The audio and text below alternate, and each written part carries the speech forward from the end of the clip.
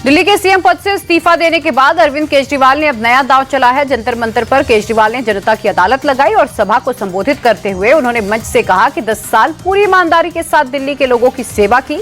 साथ ही ये भी कहा कि बस कुछ ही दिनों में वो सीएम आवास खाली कर देंगे, आपके ही किसी लोगों के यहाँ रहने लगेंगे। 10 साल के बाद जब मैंने इस्तीफा दिया है, थोड़े दिन में मैं सीएम का बंगला छोड़ दूंगा। आज दिल्ली के अंदर मेरे पास घर भी नहीं है रहने के लिए। मेरे को कई लोग कहते हैं कैसा आदमी है यार तू, 10 साल राजनीति करी, 10 साल सीएम रह गया, 10 साल में तो 10 कोठियां बन जाती, 10 घर बन जाते, 10 प्लॉट बन जाते। मैंने कुछ नहीं कमाया 10 साल के अंदर, केवल आपका आशीर्वाद कमाया, आपका प्यार कमाया है 10 साल के अंदर।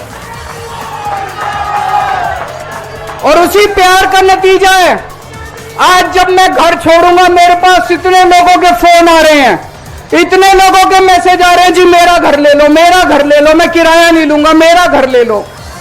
मैं आप सब लोगों का शुक्रिया अदा करता हूं।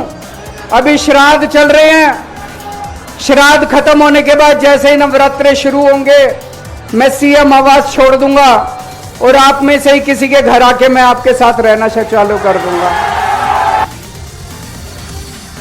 इसके बाद केजरीवाल ने मंच से बीजेपी पर चुन चुन कर हमला बोला। केजरीवाल ने कहा कि बीजेपी सत्ता का दुरुपयोग करते हुए दूसरी पार्टियों को तोड़ रही है। साथ ही केजरीवाल ने आरएसएस प्रमुख मोहन भागवत से 5 सवाल पूछे और कहा कि बीजेपी पथभ्रष्ट ना हो, ये देखना आरएसएस का काम है और क्या आरएसएस इस काम को कर रही है। मैं मोहन भागवत जी से पूछना चाहता हूं, क्या आप आज की बीजेपी के इन कदमों से सहमत हैं?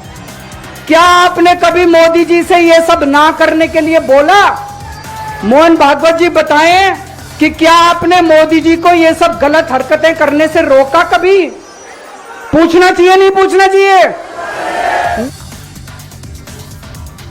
केजरीवाल की जनता की अदालत को लेकर आप नेताओं में काफी उत्साह दिखाई दिया। आपके राज्यसभा सांसद संदीप पाठक ने कहा कि केजरीवाल अब सीएम पद की जिम्मेदारी से मुक्त हो गए, वो अब जनता की अदालत में जाएंगे, जनता ये बताएगी कि केजरीवाल को क्या करना है। संदीप पाठक ने केजरीवाल को लौह पुरुष करार दिया।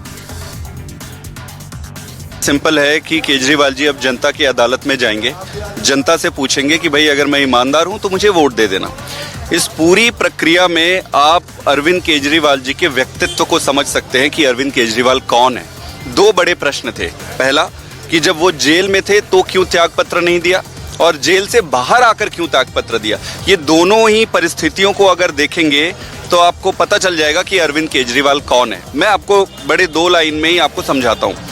जब वो जेल में थे तब उन पर बहुत दबाव था, चारों तरफ से दबाव थे। भारतीय जनता पार्टी ने कोई कसर नहीं छोड़ा पार्टी तोड़ने का, सब कुछ करने का, लेकिन उन्होंने रिफ्यूज कर दिया कि मैं रिजाइन नहीं करूंगा, जेल से ही सरकार चलाऊंगा। क्यों?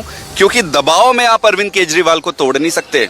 चट्टान है, पत्थर है अरविंद केजरीवाल, लौह पुरुष है अरविंद केजरीवाल, वो दबाव में कभी ऐसे टूटने वाला नहीं है। केजरीवाल की जनता की अदालत को लेकर बीजेपी का भी रिएक्शन सामने आया। बीजेपी प्रवक्ता शाजिया आलमी ने कहा कि हकीकत क्या है ये केजरीवाल को भी पता है, क्योंकि अगर वो कोर्ट जाएंगे तो उन्हें हवालात की हवा खानी पड़ेगी और इसीलिए वो जनता की अदालत में जा रहे हैं। साथ ही ये भी कहा कि कौन जेल जाएगा और कौन बेल पर रहेगा ये कोर्ट तय करेगा। देखिए, पैतरेबाजी के उस्ताद हैं सुल्तान केजरीवाल साहब, और वो जनता की अदालत में जा रहे हैं। जानते हैं कि एक्चुअल जो अदालतें हैं वहाँ पे उनको मात खानी पड़ेगी, हवालात की हवा खानी पड़ेगी, ट्रायल जल्दी से शुरू हो जाएगा। इस बात को भी जानते हैं कि पूरी तरह से संलिप्त हैं वो करप्शन के मामले में, मनी लॉन्ड्रिंग के मामले में, जो किकबैक्स दिए गए हैं उस पूरे मामले में। ट्रायल शुरू होगा और सिर्फ सलाखों के पीछे उन्हें रहना पड़ेगा।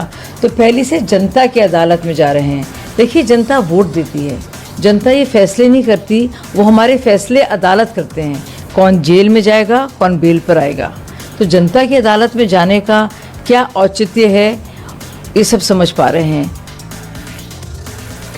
हरियाणा में यूपी के मुख्यमंत्री योगी आदित्यनाथ ने बीजेपी उम्मीदवारों के लिए चुनाव प्रचार किया। इस दौरान उन्होंने असंध में चुनावी रैली को संबोधित करते हुए कहा कि पिछले 10 सालों में हरियाणा में परिवर्तन आया है।